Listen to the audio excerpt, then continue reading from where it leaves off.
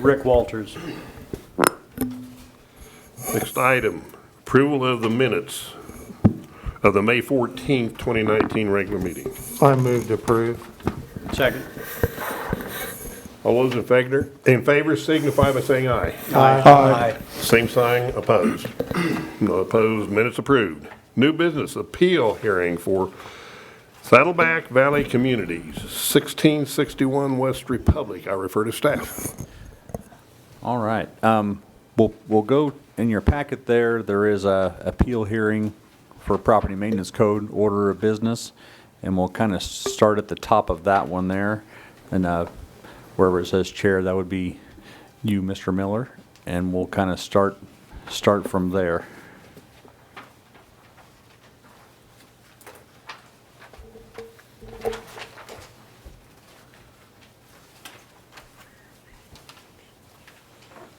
So I go ahead and call the appeal meeting to order. Yeah. And do we need roll call on that?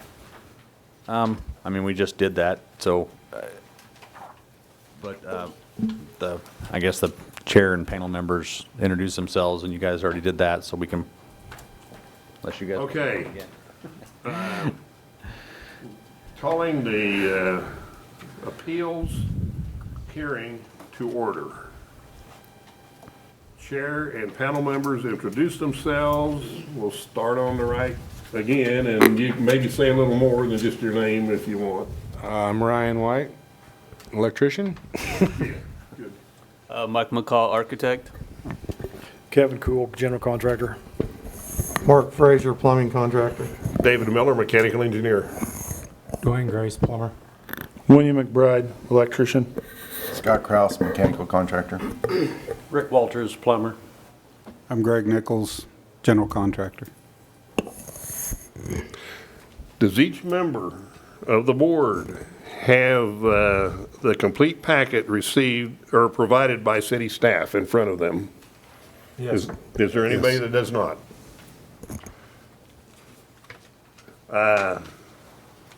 Appearance by city staff.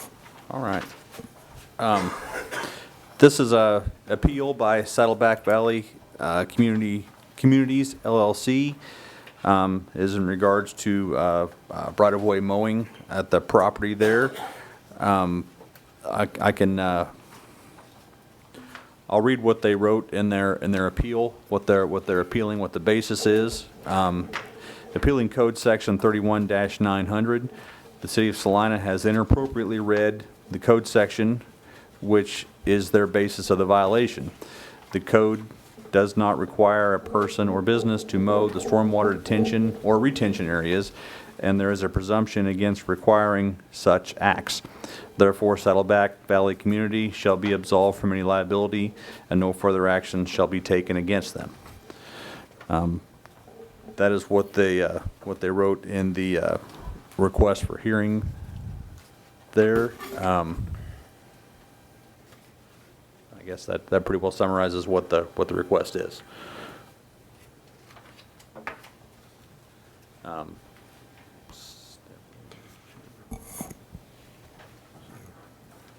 guess going to number 5 there. Well, okay. Appearance of city staff.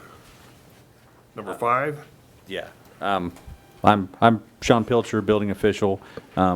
Lauren Driscoll is back here as well, Director of Community and Development Services. And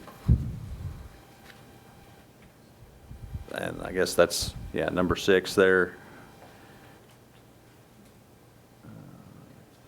And I guess moving on to number 7, we can move on with the staff report. Okay, a little bit of background on this. On May 21st, 2019, Code Enforcement Officer Sean Holman performed a site investigation and confirmed tall grass and weeds in excess of 8 inches existed on city property, on the property. A violation notice for tall grass and weeds in the right-of-way areas surrounding the property was hand-delivered on May 24th, 2019 at an on-site meeting with property manager Edith Kistler. with compliance deadline of June 2nd, 2019. An extension was requested and granted on May 29th, moving the compliance deadline to June 13th. Since the area in question is so large, the city held off on abating the property in hopes of reaching voluntary compliance. Communications with Edith Kistler and Lance Cochran have been ongoing. Going on to what the code talks about, the Property Maintenance Code, PMC, contains code requirements related to the maintenance of the property, including the buildings on the property as well as exterior areas. Code requirements pertaining to tall grass and weeds and vegetation overgrowth are found in Chapter 31-900 of the PMC or Salina Municipal Code. Excerpts of that section that pertain to the appeal are as follows. It shall be the duty of the owner, agent, or occupant to maintain all premises and exterior property free from weeds or plant growth in excess of 8 inches and free from all growth or noxious poisonous weeds. It is a duty of the owner, agent, or occupant described in subsection A shall extend to the area within the right-of-way abutting the premises up to the curb or edge of any street with the following exceptions. And then exception number 2 reads, any portion of right-of-way located in a residential or commercial district upon written finding by the city manager that such a barrier, open ditch, rough terrain, steep grade, or similar condition related to the topography of the site makes access to the right-of-way for purposes of complying with this section unsafe or unduly burdensome. Exception 2 gives latitude to the city manager to allow areas to be excluded from mowing requirements if he believes it is unsafe or unduly burdensome.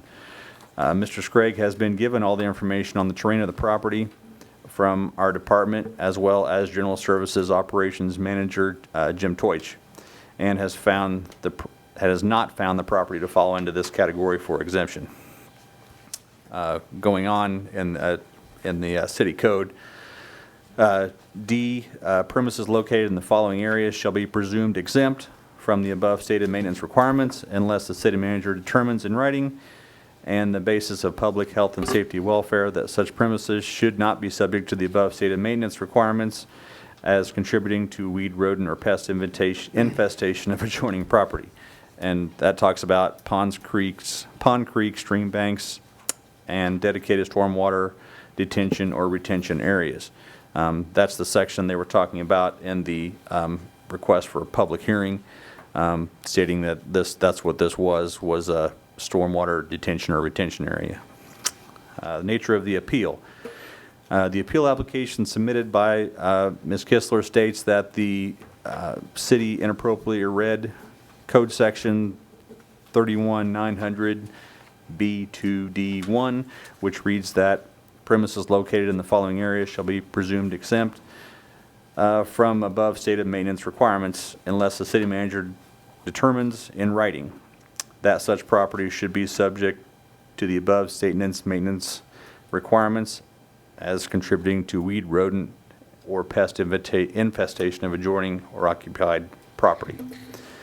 Number 1 talks about the pond, creek, stream banks, dedicated stormwater detention, retention areas. The applicant maintains that the area of right-of-way in question along Centennial Road is a storm detention retention area and should be exempt according to code. Our city engineer, Dan Stack, after consulting with the Kansas Current Effective Floodplain Viewer, and that photo is included in your packet, as well as current city records, concluded that the area in question is neither in the floodplain nor is it meant to be floodwater detention or retention area. It is in the city's stance that the property in question does not fit into the criteria in section 1 above. In addition, I went out to the site on the morning of June 26th to view the area after a significant rain the night before. The ditch held no water and was functioning as intended, and there's photos of that too. And that, other than the attachments in there, well, the photos and the floodplain viewer, copy of the violation notice, if you guys want to read through that, that is the information that we have on this hearing.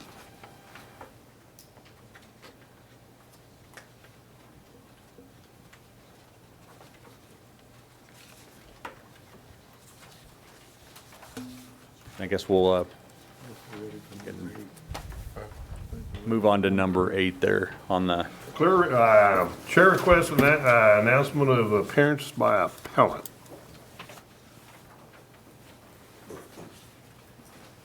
Chairman, my name is Lance Cochran. I'm an attorney here in Salina. I brought Edith Kistler along. I'd like to. Appellant announces name and capacity of those appearing for the appellant. I'm the attorney for Saddleback Valley Communities LLC. And I'm Edith Kistler, and I'm the property manager at the location. This is Quinn Kendrick. He's my summer clerk. He's getting to experience the pleasures of an administrative hearing.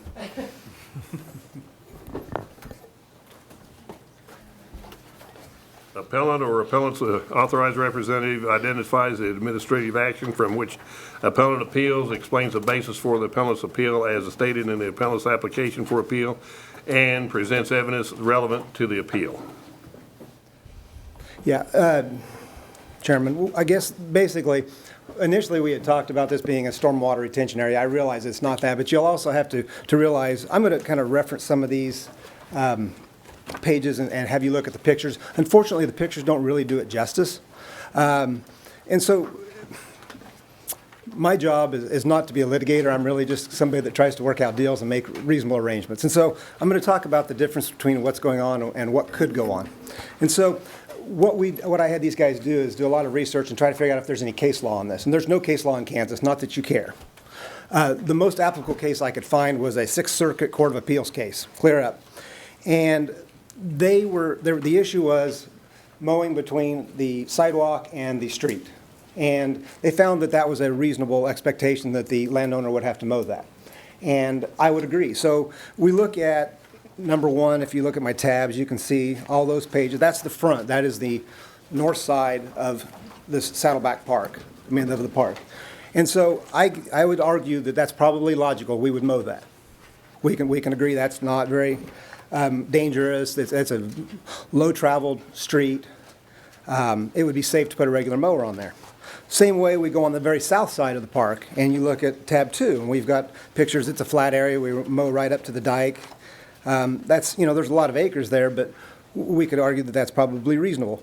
The case that I'm talking about, what it said was, what the issue was, it's called dicta. It's not enforceable law, but what it says is the judge said, look, while this case is not directly on point, it does call a reasonableness factor. And so the judge has said a reasonable person would say mowing Republic is reasonable. I think we could argue that's probably fact.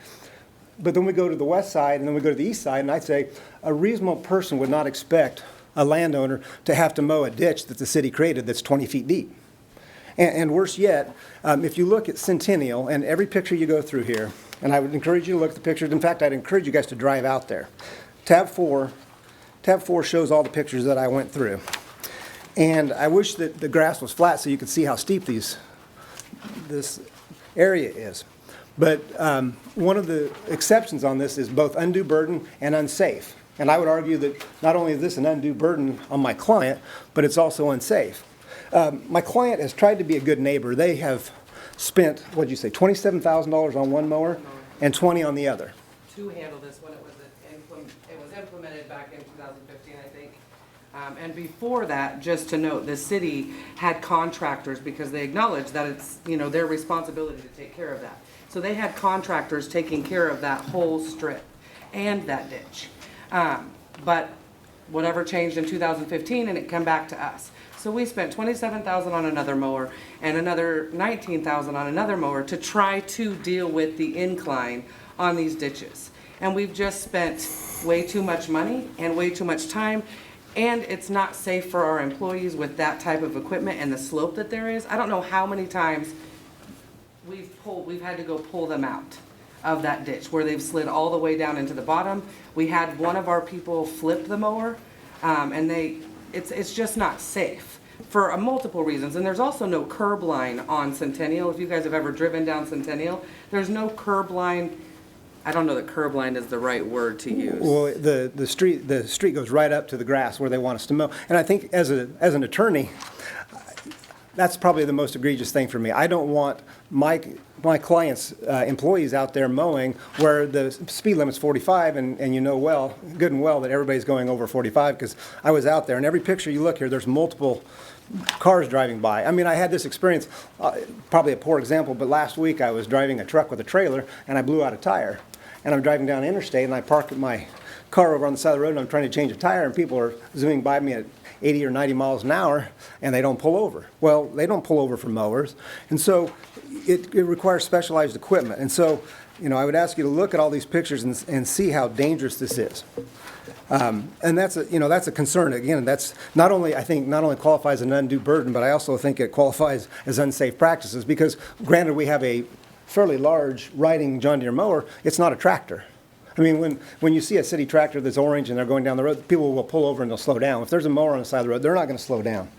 And so I think that's probably qualifies as undue. If you go clear into 14, you can see how steep it is. And 15. Still doesn't really do it justice. If- I would if- honestly urge you guys to drive out there. The best example I have, I believe, is, where is it? Clear on down. 20 and 20.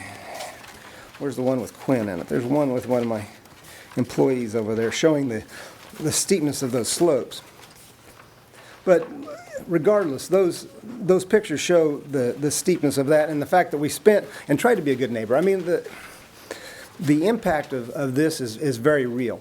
My client is from California, and he's already expressed the distaste for spending money on me because, as you can imagine, I'm not cheap. And, 31 shows the picture of Quinn and how steep that is. And trying to fight something and try to work out a reasonable solution, which was unavailable, so here we stand. And so I was looking to you for help and possibly a reasonable solution. I think that a reasonable person could argue the north side, we can mow that. We have the capacity to do that. South side, we're happy to do that. And, the other thing is when I talk about undue burden, if you go back to tab 6, and granted, this is a rough guesstimate. I'm not going to tell you this is accurate or that I had any scientific tests done, but I had Quinn spend the day going through here and drawing this out on Google Maps and attempting to come up with areas. And the area on the west side that I'm talking about, based on this picture, was 3.966 acres. They want us to mow 4 acres. So you go through here and you can show all the different parts of the property that we're going to mow. And, I'm skipping the one on the east side, but the east side, if you go back to tab 3, that ditch, I try to do things reasonably, and so I said, hey, is there a chance that we could have the city maybe widen this ditch, make it more amenable to mowing, and then my client could probably be persuaded to try to mow that. That ditch, again, is so full of grass you can't see it, but it's straight up and down. You can't get a mower. And we can't get a mower in there. You couldn't even get a push mower in there. So I don't know how they propose for us to mow it unless we had some sort of specialized equipment with the arm. And it goes all the way from the front of the community all the way back to the dike. So you're looking from Republic Street all the way back to the dike that sits between Republic and West Cloud.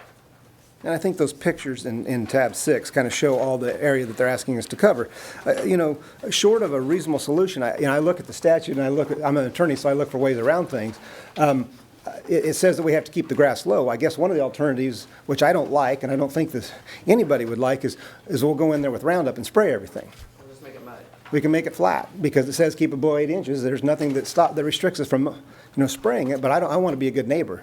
So I'm trying to look for reasonable ways around this again, and I'm pleading for your common sense approach to this.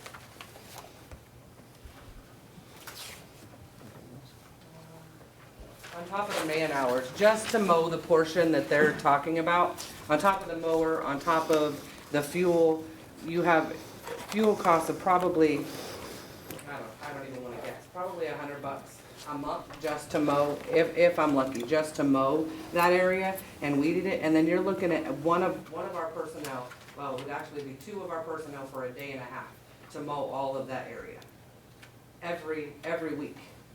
Because that's how often we have to mow here. So you're looking at all of the wages, all of the time, and all of everything else just spent on mowing and weeding in that area. I see your dilemma, but I think it's kind of a strange thing to bring to the Building Advisory Board. I mean, this isn't something that, as contractors and things like that, that I don't quite understand why it's being brought to this board.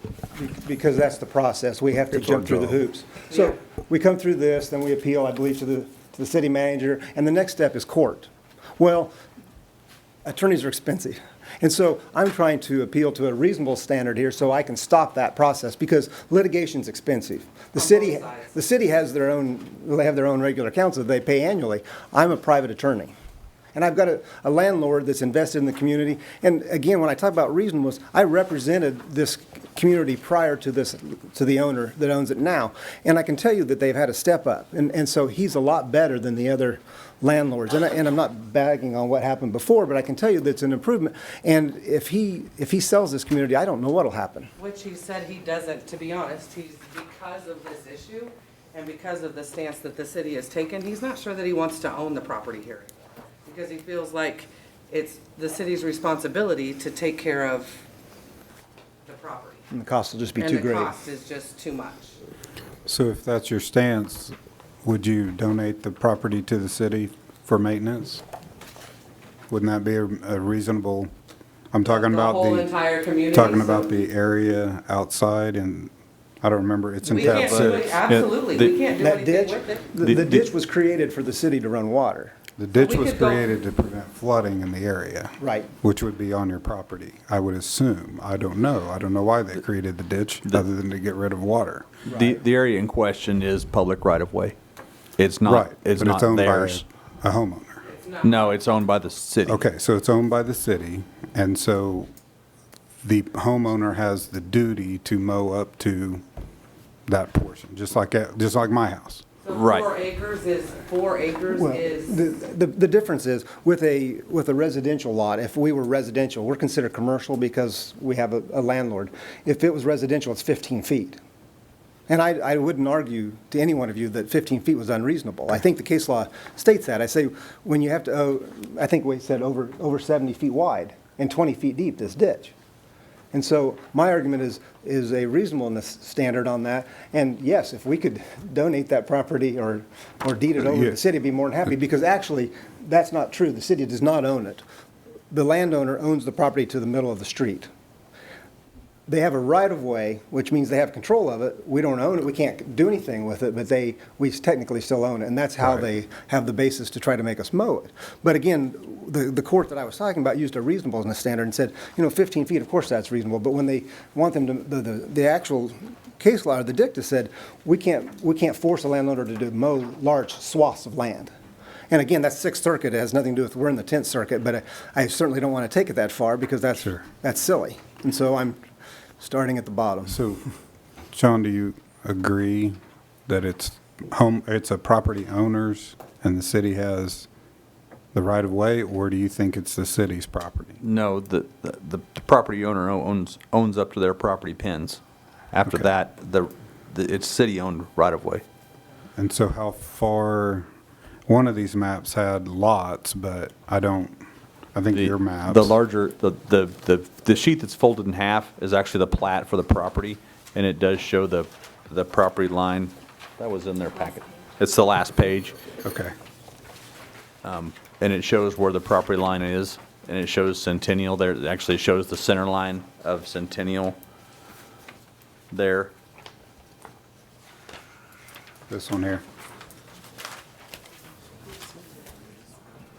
Yeah. And so the area outside of the property line that has the little hash marks on it is their property line, So how far do they have to mow outside their property line? up to the street. Okay. Can they do anything in that easement, or whatever you want to call it? Can they do anything to change the ditch? No. That's what I thought. Okay. If the city is mowing a lot of that other ditch up and down The other side of the Centennial- street, they are. Right, and they don't mow any of the ditch on the east side? No. Anywhere along Centennial? No. they mow down from From Republic Avenue to Crawford, they mow. From Centennial to, 'Cause- or from Republic to West Cloud, they mow a portion of, but only past after the mobile home community. Because the areas north of there back up to residential property. Well, And so they if- get their- since this is such a problem, can't the city work out a deal where they could mow this for them at a fee? Because you have the equipment? Well, You're already mowing some of it. I mean, you're already mowing some, so charge them to mow that strip. That's actually what they're arguing against, because they're gonna mow it. The city will mow it and charge them to mow it.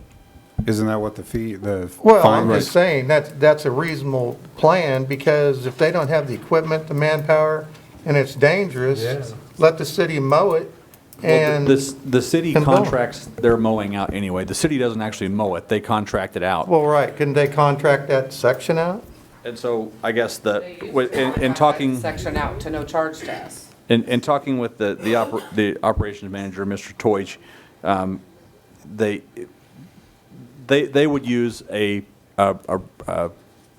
riding lawnmower. They wouldn't use special equipment per se. He went out there and looked at it, and he said if they did contract it out, they wouldn't contract it out to someone with one of those vertical surface mower things. They would just mow it with their standard equipment. Do And we so know what the actual his- slopes on those sides are? I don't know what Because the actual anything over degrees 3 to are. 1, you can't mow. I mean, with a regular mower. So and looking at the pictures, just from my experience, it's too steep for a regular riding mower. Right. So that, I don't agree with his take on that. But basically what his take is if the city would have to contract it out to have it mowed, he doesn't see why we should have to contract it out when they could contract it out. The city doesn't have the equipment to really mow that. Yeah, the city technically. doesn't mow those right-of-way areas. They contract it out to somebody else. And you indicated earlier that the city manager went out and looked at it and declared that it was safe to mow? He With didn't. riding mowers? He didn't.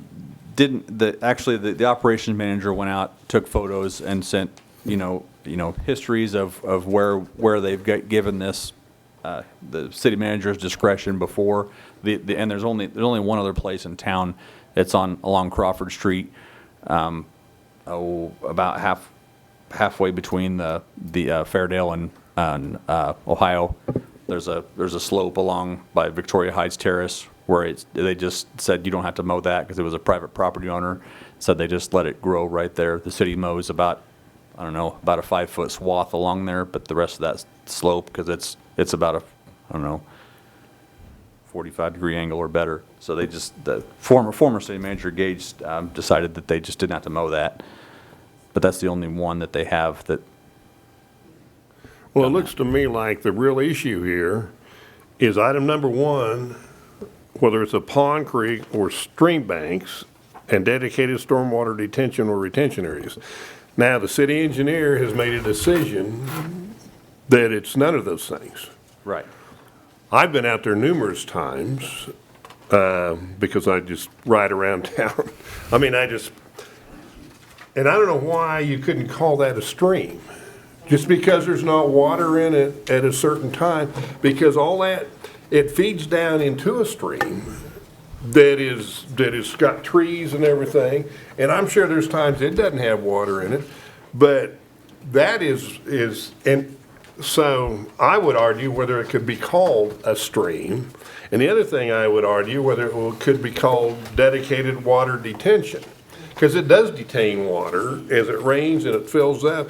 And it drains that railroad, the old railroad track, it comes around there, it drains a lot of water. If that wasn't there, think about what that water would be doing. So it really does detain water. So definitions is what I'm looking at here.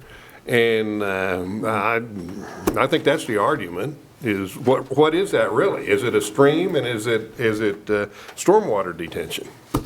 It's a large ditch is what it is.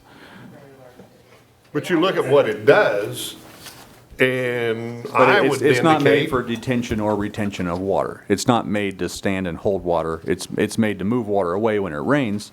And yes, it does have water in it when it rains. But, like I said, it's not meant to function as a detention or I understand retention. it's not a detention pond, but it does detain water and was put there basically for that purpose, to carry the water off without flowing off, Right. you know, It- into the Yeah, it's neighborhoods. it definitely is made to carry the water off. But it's not, like I said, That's what we had said. If it's ours and we can do whatever, then we can just fill it in and but it isn't, it is public right of way. It's not, you can't fill it in or do that to it. But but just by city code, you're required to maintain it. so then can we kill all the grass in it? That gets into the EPA issue, and I wouldn't do that, just my recommendation. That would definitely get into some erosion issues. Most of It's your the, right of way, so I'll let you worry about that when I spray it. if you look at this situation, it's really unique. I mean, most homeowners have what, 5 foot of easement out in front of that between the sidewalk and they have to maintain that. Well, And really, that's the all easement goes reasonable. up past the sidewalk. But they have to maintain that. Right. So you go out there and you've got something, how wide is that 70 easement? feet at least and 20. Just for the 20 feet ditch. long. Yeah, just for the It's a whole ditch. different ballgame. But it's not unlike any of the businesses up and down South Ninth Street that have to mow all that. 4 acres on South and Well, I Street. mean, it is larger than them, but it is there is a lot larger areas than a standard residential lot. It's 4 acres just on the west, for the Just on record. the west side, 4 acres. And that's undue burdensome in itself. And then at one time, the city did mow it. Yeah, the city, up until 2015, and I've worked for this company since 2011. And from 2011, when I started, up to 2016, nobody else mowed it. The city had responsible, and they mowed all the way up to the tree line on both sides, and they took care of all of that.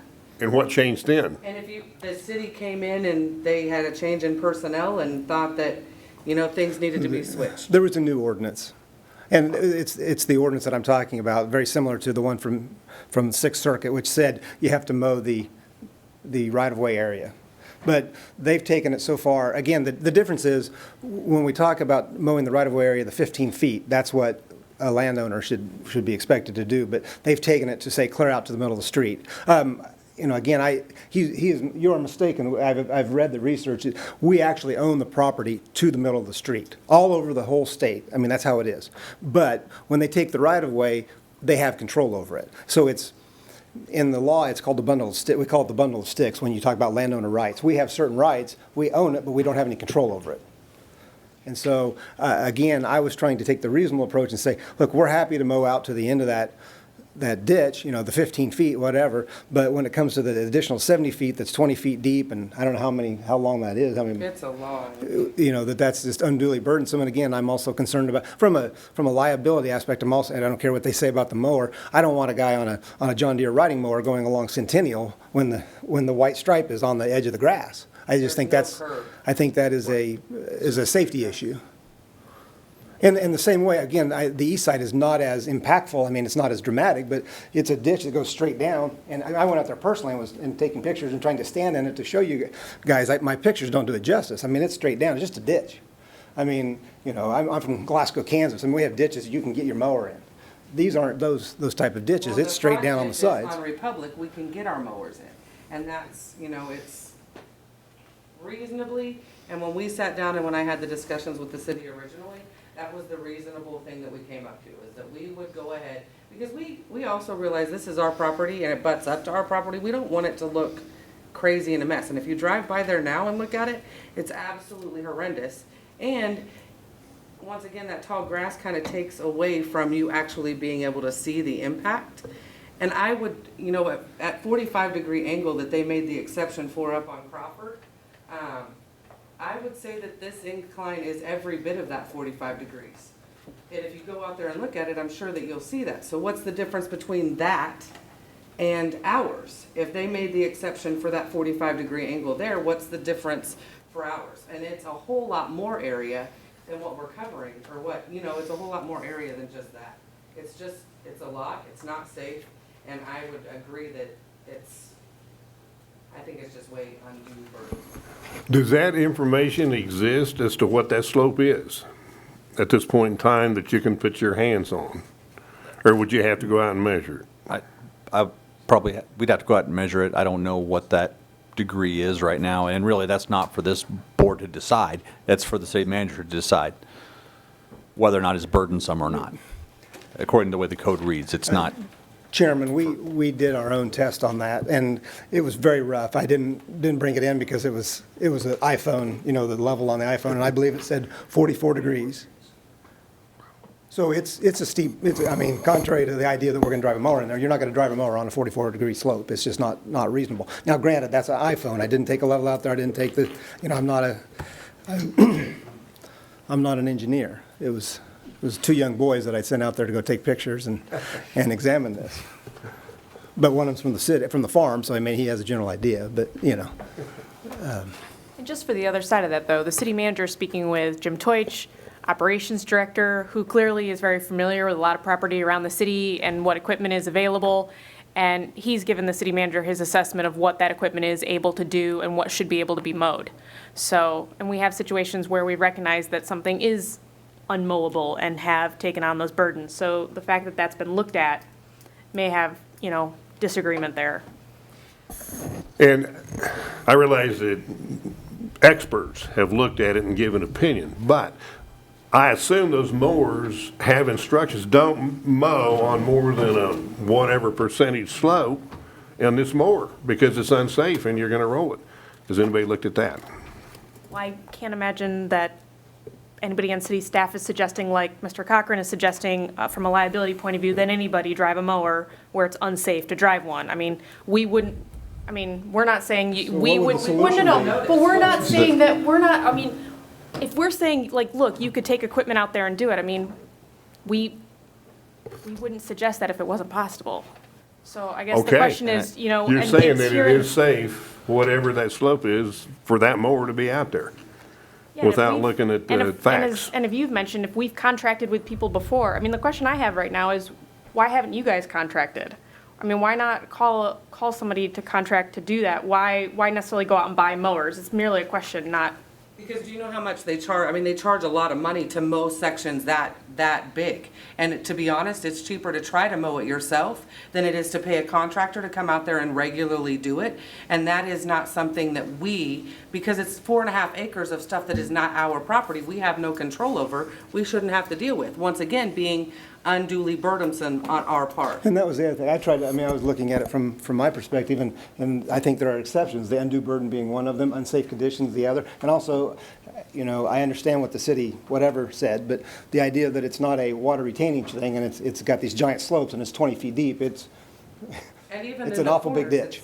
And even in the corners, it's got the cement put in by the city to detour the water and to direct the water. Where it all holds So, Where water. it all holds water. So obviously, in my opinion, it is meant for a drainage ditch or a drainage, some kind of water retention.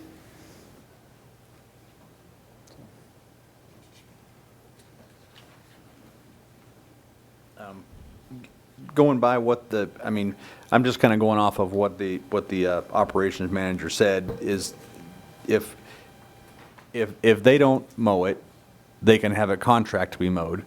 Or, if the city did it, they would have a contract to be mowed. So it's basically who's going to pay the contractor to mow it. Can you maybe split the cost?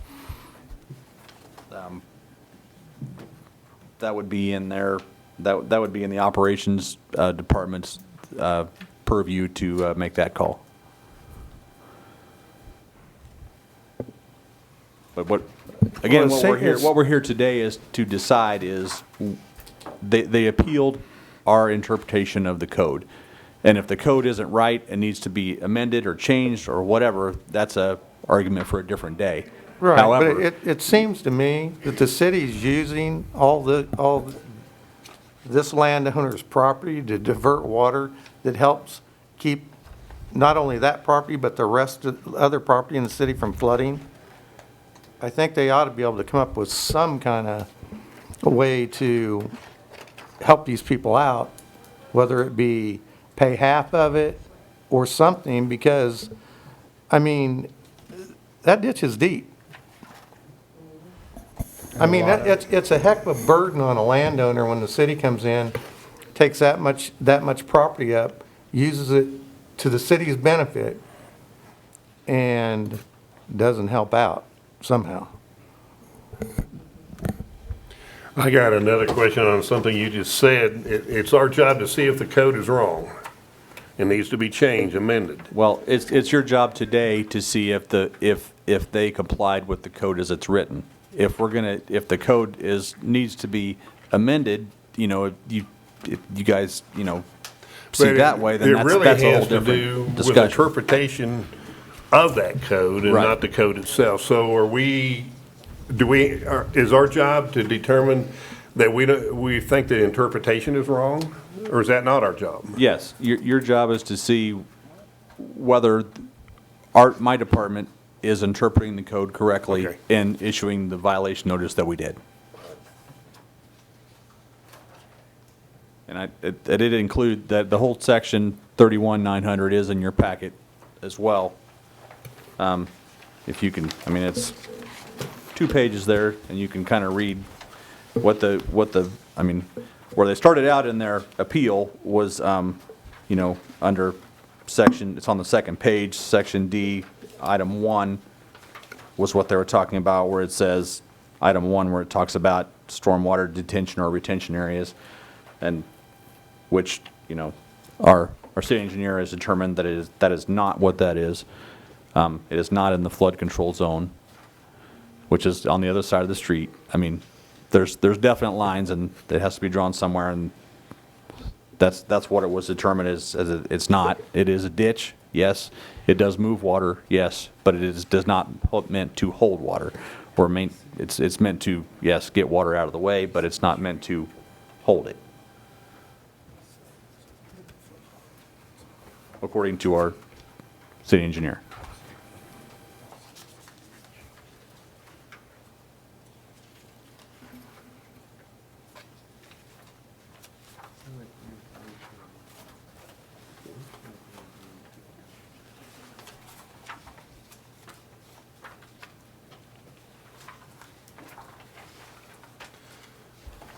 Is there any more discussion on the appeal?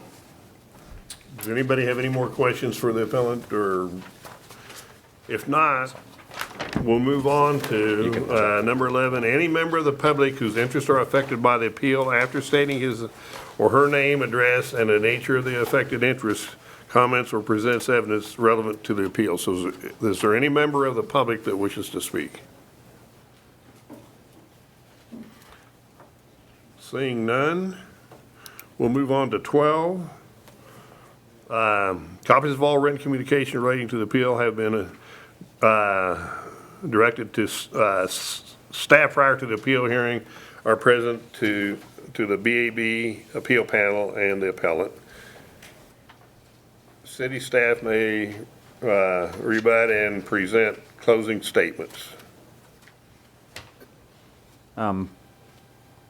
Just to summarize what we're here today to decide is whether or not the violation notice issued was in contrast to what the section 31-900 code cited in the violation notice, what it cited, whether or not we interpreted it correctly. That's your duty today. If you guys need to take some time to reread that section there, it is a little wordy, and it does kind of jump all over the place with exceptions here and exceptions there. But it does talk about,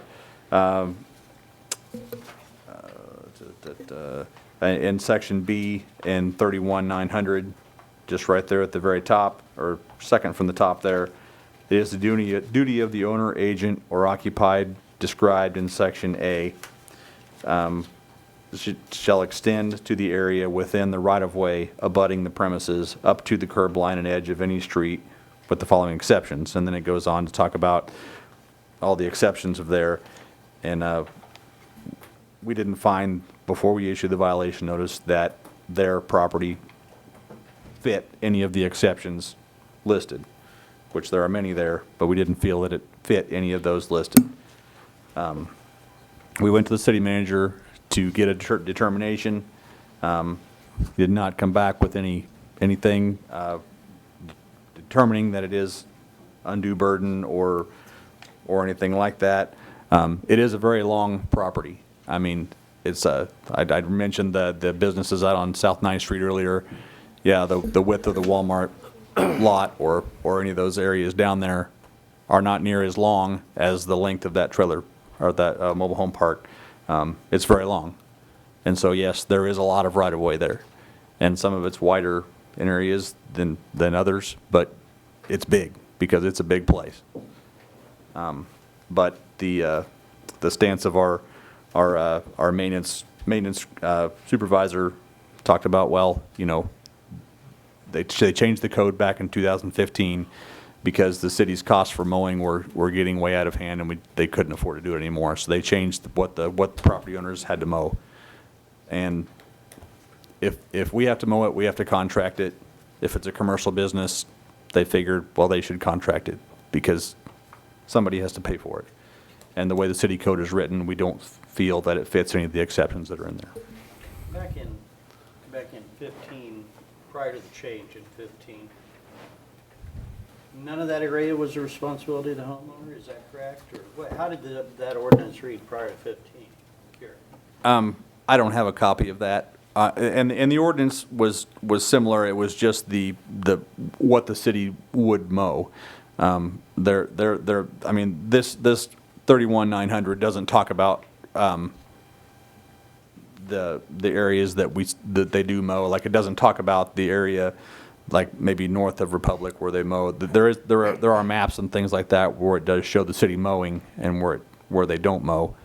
And the appellate, I assume, was given notice that change had been made in 15, and that is the time it became their responsibility? I mean, up until this year, I believe you guys took care of it before up until this year, right? We have tried, yeah, 2016 is when it went into effect, that's Uh-huh. when we were notified that we had to start that season. And you did mow it then? And that's when we started purchasing and trying to do it, but it hasn't always been the greatest because it's hard, especially when it's wet. And there's some areas that we are not able to get, and it just looks, whatever, we've tried. And it's been a lot of money and a lot of time and a lot of labor that has become just unrealistic. So the appellate has been mowing it since 16. Right, or made a best attempt at it anyway. And then what about these areas that the appellate referenced, that there were some areas that were more difficult? Did the city have a problem with their attempt at keeping this area mowed? I mean, has there been a problem with you're not mowing it enough, or there's some areas you needed to? I'm not sure I She had understand. shared there were some, excuse me, can I ask her direct? Yeah, Go ahead. You had just mentioned that there were some areas you tried to get, but maybe Yeah, couldn't get there's it. one particular slope that's just really impossible unless you have something, and we've never been cited for it. Excuse me. I don't want to interrupt, but I think she's going to jump out through that window if we don't stand up by the microphone and talk. Oh, sorry. Yeah. So there is one area that's really hard. It's just, unless you have a tractor or something that reaches over. But we've never been cited for that ditch up, or any of that area up to this point. How large area is that, would you estimate, of this? I'm not good with distance, sorry. And there is a picture of it. It's basically the west side of the west pictures, if you look on in tab 4. There's some of it that has a lot steeper grade than the others. The very first picture on number 2 west, what I would call 2 west, you can see where it's very steep, but it's not egregiously steep. I suppose you could get a mower on it if you needed to. But then you go down and you pass toward the trees and it just gets progressively steeper. almost go to,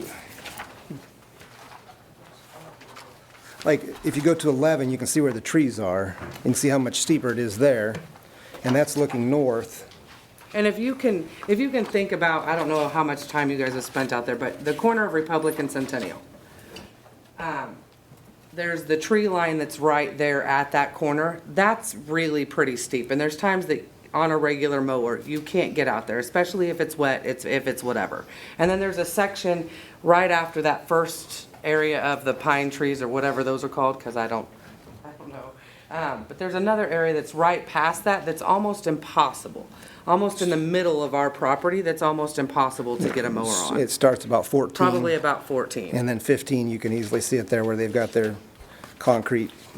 Now, we're spending a lot of time on the west side along Centennial. That east side, The east side used to be, if you think back, how burdensome is the east side? well, it's compared- the entire length again. Well, I understand there's a lot there, but as far as, As far as the ditch area that's there, you cannot put, like, if you went to mow it, say you went to try to mow it, you absolutely can't get a rider of any kind in there. but you because have it's been just like this. maintaining that area as well That by since? itself, yes, and not this year, but that by itself takes a guy, you pretty much just have to weed eat the whole thing. Because if you use like a push mower, you have to go down and then back up, and then move yourself over and then go on to the other side to get it, because it's just that, I don't know how to explain it, I'm not. Well, back before 15, when the city was doing, how'd they do it? Or did they do it? The city, to be honest, I don't remember exactly how, because that side you don't see as clearly as you do, because Centennial, you can see them out there mowing and see them doing whatever. That area on the east side used to be Cherokee Street. Yeah, and you're talking about the old ditch that ran along the old street. Yeah. Yes. Yeah. Yeah.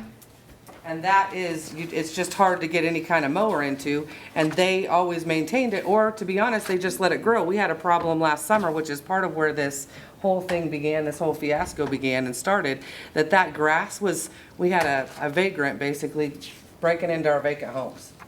And the grass was up over 6 feet tall on that old Cherokee Street, and the vagrants were hiding in it. That's where the police, and we found them, was them hiding in this And area. this was what year? This was last summer. But you had been maintaining that. No, we had not been You maintaining that. never That was- have maintained that area? No, that was something that was told to me this year, that we would have to start maintaining, so the residential homeowners on the other side of that Cherokee, they would have to mow their 10 or 15, their 15 feet outside of their fence lines, and now we would be responsible for everything over to their 15. So And the that old just Cherokee. happened this year? Yes, I was told that that would be our responsibility now. And that's where it was like, so we're just gonna keep adding on and adding on and adding on and adding on, and Did the code change this year on that area? No. Why wasn't she notified back in 15 or 16? Or is Probably, that- I mean, it probably because it wasn't noticed. The rules have been the same since then, but it's back behind there, so probably didn't notice that back there before. But City just stopped mowing just, it. just, except they have taken responsibility, because once again, if you go back over to that area, you know, that street used to go straight, and then there was a stop sign at what used to be the corner of Cherokee and Republic. There was a stop sign there, and then you kind of had to curve and then go. Well, they redid that last year. Right. And the city took care of it, and there's a whole new little bench there for the City Go bus, and even this year, and this happened just, I don't want to give an exact month, because my dates are all over the place, because I'm all over the place as far as travel and whatever, but they've put the big concrete things in there so that nobody can drive down there anymore. That's just been added in the last several months. So if they're taking responsibility and saying this is city property, why aren't they taking care of the rest of it? And they keep adding it on to us to take care of, which has never, like you said, been mentioned until this year. I've seen areas in town, and I don't know if this even pertains, but people have gone in and planted native grasses, you know, that type, garden type thing. Is there any way they can go in there and plant some acceptable whatever that would be, not a weed, but, and let that grow in there? Is that another alternative? Because that's done, but I don't know if it's done in a case like this. For the record, there's a pretty nice stand of brome in there on the west side. And that's not a weed.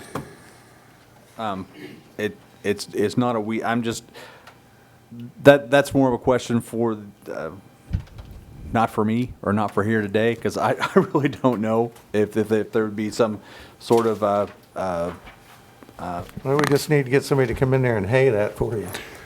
You know, if they could, they need a swath there, but it'd be nice, but it's, again, 20 feet deep. I mean, So the city's made a determination that they want to, that it's not too dangerous, it's not burdensome, under one of those provisions that it's a hazardous situation. I don't know the exact verbiage you've got in front of you. They've made that determination.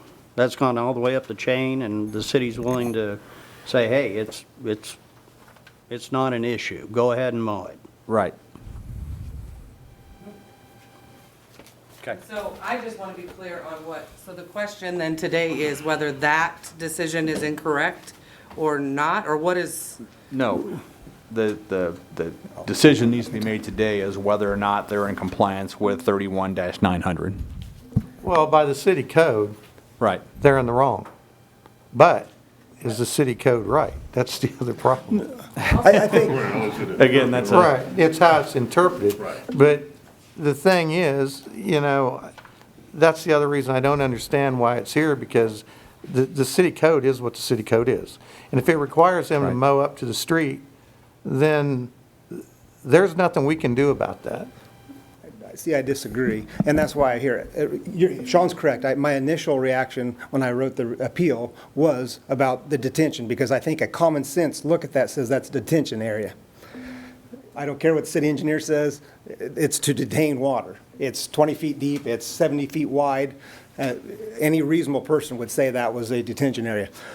I went out and took pictures, walked around, dug through the grass, looking at it, and I thought, there's two other exceptions if you look at the ordinance. And the other exceptions are undue burden and unsafe condition to mow it. And I think it qualifies for both of those. I mean, first of all, undue burden, we're talking 4 acres just on the west side of a very steep, very dangerous area, and also mowing along Centennial, which in my mind as an attorney is dangerous, because we have cars speeding along there and we're riding I don't care if it's a $27,000 John Deere, it's still riding a mower along there. If they had a tractor and they have the capacity to stop it, because when they bring people in there, they can flow traffic or slow traffic so that it's safer, or the people go around those tractors. So I think there are exceptions to the rule. I think you are right, the normal rule is there, but I think there are 3 possible exceptions. 1, it's a detention area. 2, it's an undue burden on my client. Well, I agree with that. I think, the city came in, they made that ditch for flooding conditions. It's deep, it's dangerous, and I think you should have to mow the rest of your property, all of it, even the east side where the grass is 6 foot high. But I think the city you guys ought to be able to come to some kind of agreement and get some help on that west side. I don't think that's an option, because I've tried that. But what I'm saying is, the way the city code reads, it's hard for us to say, well, it's not, but I do agree, it's undue burden to have to try to mow something that's like Those are the that. exceptions to the ordinance, though, Exception that we're allowed. and that's why I'm here. But we're counteracting the decision of who? The city manager on that exception? Right. Which Yeah, exception? I mean, it does say the words undue burden in there, but it says the city manager has to declare it an undue burden.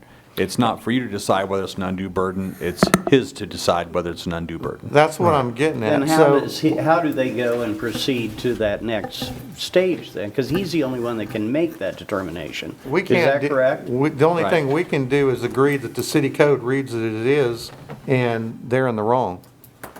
We have no other choice. No, we can say, we don't believe the city interpreted the code the way that it was written properly. That's the only thing we can say. I mean, we can say the code's wrong, but I don't, But who said that it's not dangerous? Right. Who said that? in The city manager has determined that is what I'm reading, The city manager came to that conclusion that it's not, based on whatever information he received. isn't that what it said? I wrote him an email asking for a determination on whether or not this property is unsafe or undue burdensome, according to the code section. And he whichever said, one, no, it is not. Section 2 there, and he did not give a waiver to that area. Just a side question, did he run that by the city attorney to see if that brings liability back to the city? Because he has said it's safe, and then if it's not, I mean, that's getting a little off, but, I'm not aware of his process. okay. I've contacted And the the city attorney, and engineer- I had to jump through the hoops, is what I was told. Because I've talked to Greg about how to proceed on this and the things that I saw. Matter of fact, I caught him finally, because he was supposed to contact me 2 weeks ago, and I caught him in the hallway on Monday when I was going to court, and so he says, we'll go through this and see what the process is, and then we'll talk. So, I mean, because there is that process that I have to jump through, but I'm hoping that you guys can find that I have the exceptions met, and then we don't have to mow that. And And then how I'll be can we done. counteract that exception, I guess is where I'm at. If the authority lies in, the authority to make the decision on the exception lies with the city manager, isn't that correct? So how can I we would argue make it was that? with you, and that's why we're before you, because that's the appeal purpose, is that you guys to come in and look at this from the approach of the board and see if this is a reasonable exception, and that I've made my argument. But what Sean's telling us is, we're only here to do one thing. That's what I'm hearing, To that- say whether they violated the code that's in effect or they didn't. And it's really not my determination, or ours, is it, to go back and say, no, the engineer is incorrect, that is not a detention area, or we're going to deem it a And I thought detention you area. said earlier that We is don't what have it that was. authority, do we? It's not, no, you can't, I don't think you can determine whether or not it is a detention or retention area. That's the city engineer's job to do that. We can't. If we side with the appellant, what happens? Is it done? They win, they don't have to mow, if we side with the appellant. So where does it go from there? In other words, have we got any authority or what? I have a problem with this. I mean, you're asking Sean to make a legal opinion about what the duty is. Oh. Okay, what would you think? Then that's fine. Well, we're I'm asking curious him of for the yours as process. well, both of you. But if we're asking Sean, him for the but I mean, you are process, making a legal opinion about the determination of what his process is, and I'm saying that I think that you guys can come in here as a board and determine that these exceptions have been met. Otherwise, I wouldn't be here. Why would there be a purpose of me coming over here and spending an hour talking about this? Mr. Chair, if I may To me, it seems like clarify. our hands are tied here. Well, then there was no purpose for this hearing. Correct. Mr. Because Chair, personally, I feel, just from the information that I've heard and gathered so far, that it is burdensome. I'm concerned with the safety issue primarily, if it's really a 45-degree angle.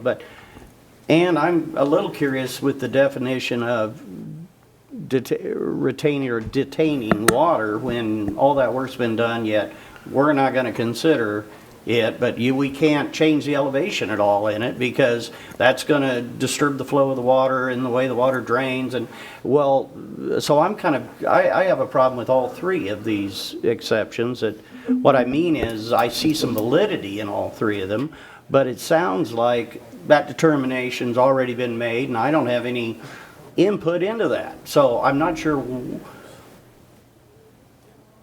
because we can't make that determination, correct? Can we say, hey, we think it does detain water? Staff We has think an it is unsafe. We staff think has it- input. Can we do that?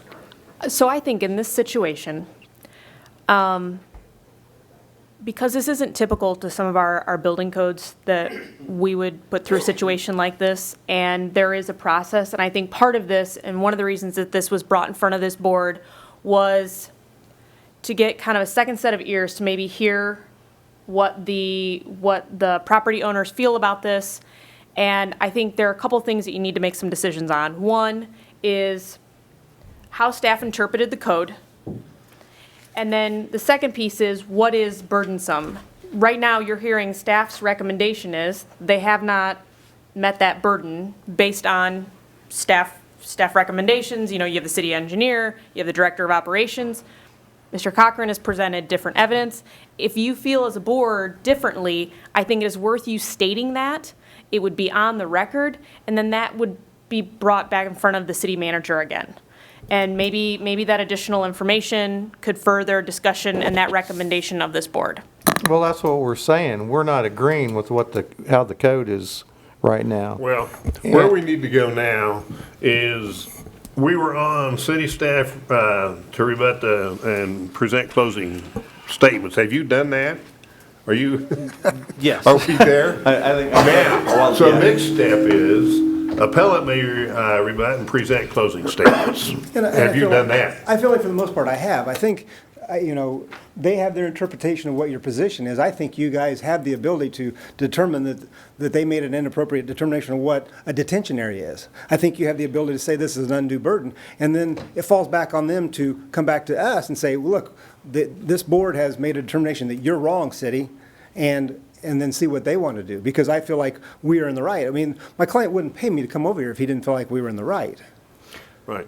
So, Mr. Chairman, point of order, would you need a motion then to make a motion that the appellate, that the opinion of the board is that this issue does meet some of the exceptions? Okay, next step, if he's done with closing. Okay, go ahead. We move on. Following a presentation of all information relevant to the appeal, the BAB appeal panel deliberates by majority vote makes its findings and conclusions on the attached form. If the panel deems it necessary, the panel may vote to deliberate in closed session. And I don't know if you guys want to do that.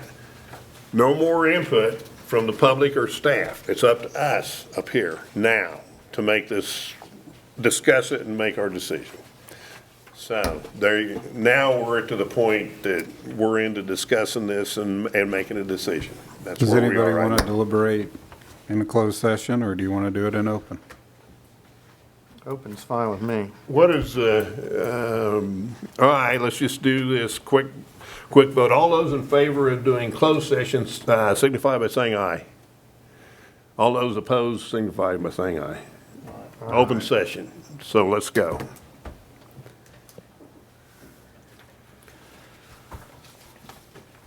And nobody jumped in there, but I'm going to say that I somewhat have a problem with city staff in the way they interpreted the code. I'm not saying I got a problem with the code.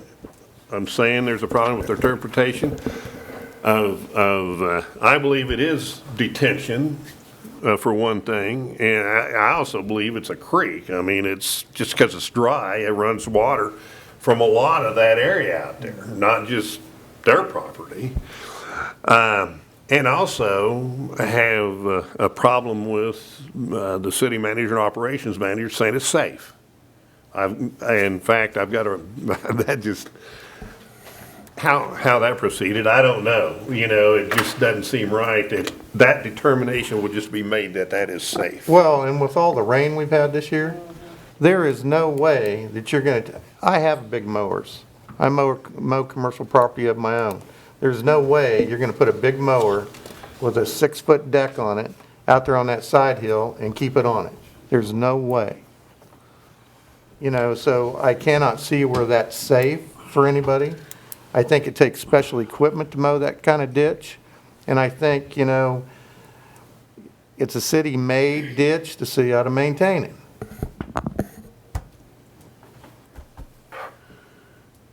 Well, I agree with what I'm hearing there from those two board members. My concern is the safety issue. My concern is the birds, it does seem burdensome. And seems like a creek or detention or something. The whole reason it's there is to divert that water and to keep it out of there. And I don't know how high the water's got to get before it starts to flood in there, but. And the city has a mower with the big arm on it. Right. I watch them drop it over on Crawford. Right. And mow that all the way down to Ohio all the time, both sides. I don't know why they can't go out there and hit that ditch, you know, at a reasonable rate to the landowner. I have a couple of comments. If we look at the pond, creek, stream, dedicated stormwater detention or retention. I don't believe it's a pond. I don't believe it's a creek, but you could argue with me. It doesn't have an emanating point of water except rain. So I don't believe it's a creek. Detention and retention are intended to hold water. You detain it from flowing away or you retain it. So I don't think it meets the stormwater detention or retention. My best argument there would be either a stream or a creek. It's definitely a ditch. So I'm not sure of that particular exemption. I would deem it not undue for the size, which they kept arguing, the size of the lot, but I would probably deem it undue burden for the slope.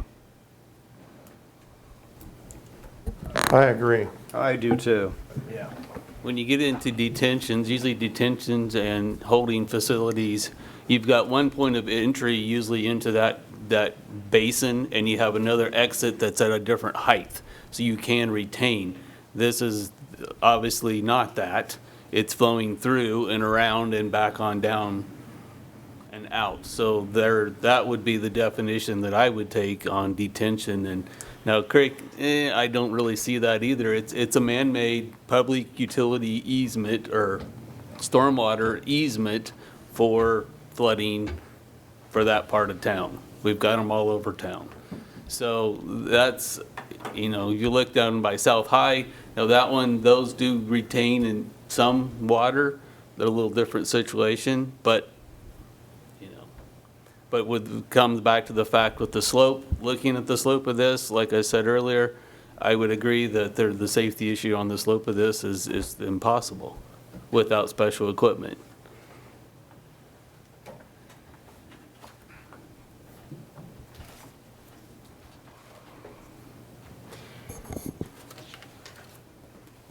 Moving forward, somebody needs to make a motion, but what does that motion exactly need to be?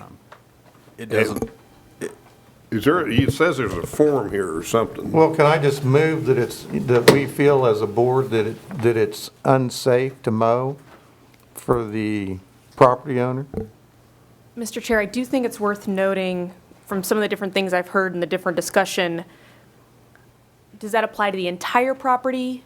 North, south side of the No, property, we're just east, talking about the west? west side along Centennial. So whatever motion you make, I think it's important to emphasize what portion of the property you're speaking to. Well, I'm going to make a motion that I think the property on the west side adjoining Centennial is unsafe for regular mowing. is that all of it? That ditch that runs from Republic to the end of their property to the south, I don't know why you would just say the first 50 feet. I mean, we could go out there and measure it and find out which part of it's too steep. But I think for right now, it can Right. be from Republic to the south end of their property all the way along the west, be the east edge of Centennial. Okay, we have a motion on the floor. Do we Second. have any more Oh, excuse me. discussion? I'm sorry. Any more discussion on the motion? Madam Clerk, could you please reread the motion? We have a motion that the ditch on the west side, that runs from Republic to the east edge is unsafe. And It would be the property, the west side of the property, east of Centennial, south of Republic. That the board feels that it meets the criteria of exemption That it's, yes, Yes. it's unsafe to mow. Yes. and is unsafe to mow. Because it says steep grade on here is one of those, Right. because of the steep grade. Because of the slope rating. Okay, so I just want to make sure I understand the motion. So based on the geography that you mentioned, that west side, that the board's recommendation that is due to steep slopes and the water retention used for drainage, that it meets the exceptions. I'm Yeah. not sure if we're putting in the retention, Okay, so we're just focused on slope. just the slope. Okay. that that area should be exempted. Correct. Should meet that exemption of number two, whatever that number two. Yeah, it'd be 31-900 B2. Any more discussion?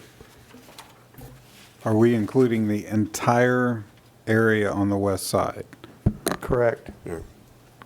I mean, I think they could mow from the property out to the ditch, above the ditch. And that's actually by the tree line, if you look on this Right, picture. right. That's actually steeper there, in my opinion, Well, based yeah, on if the any, picture. if any of it's too steep, then I'd say we include it all. I think you just include it all. So would you read the motion back again and make sure that Mark agrees, and then we can go forward? Motion that the ditch on the west side from Republic to the east edge, let me get back down to the center part. South of Republic, due to the steep grade, and you are including the entire area on the west side. Correct. And do you agree with the motion? As Yes. she- Okay, do we have a second? Second. Do we need a roll call vote? May I ask a question? Just, if we're basing this on steep slope, not all of that property on that west side is steep. So is there no reason?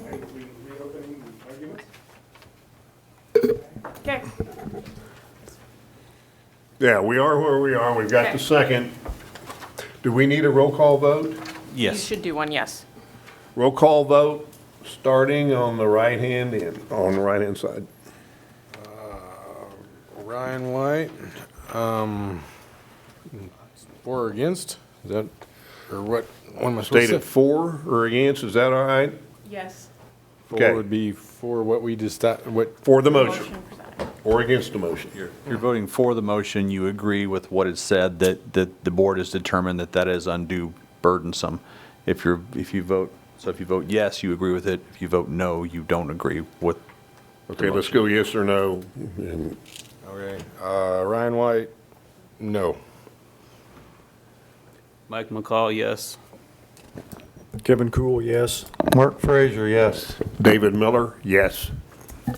Dwayne Grace, yes. William McBride, yes. Scott Kraus, yes. Rick Walters, yes. Greg Nichols, no. So the motion has carried. With that done, I am closing the appeal hearing. We're done. Thanks, everybody. This was, Thank you for your time. You gotta This is a deal. move to adjourn. well, that's the other Make a deal. motion to adjourn. That's the agenda of the appeal hearing. Now you got to go through the, Now we gotta go back to the regular meeting. So they're done, we're not done. Let's go. Okay, we got, okay, unfinished or other business? None. It's a public forum. Anybody out there want to speak? Seeing none. I move that we adjourn. We'll make a motion to adjourn. Second. All those in favor signify by saying aye. Aye. All those opposed, same sign. We are adjourned. Well, that was interesting.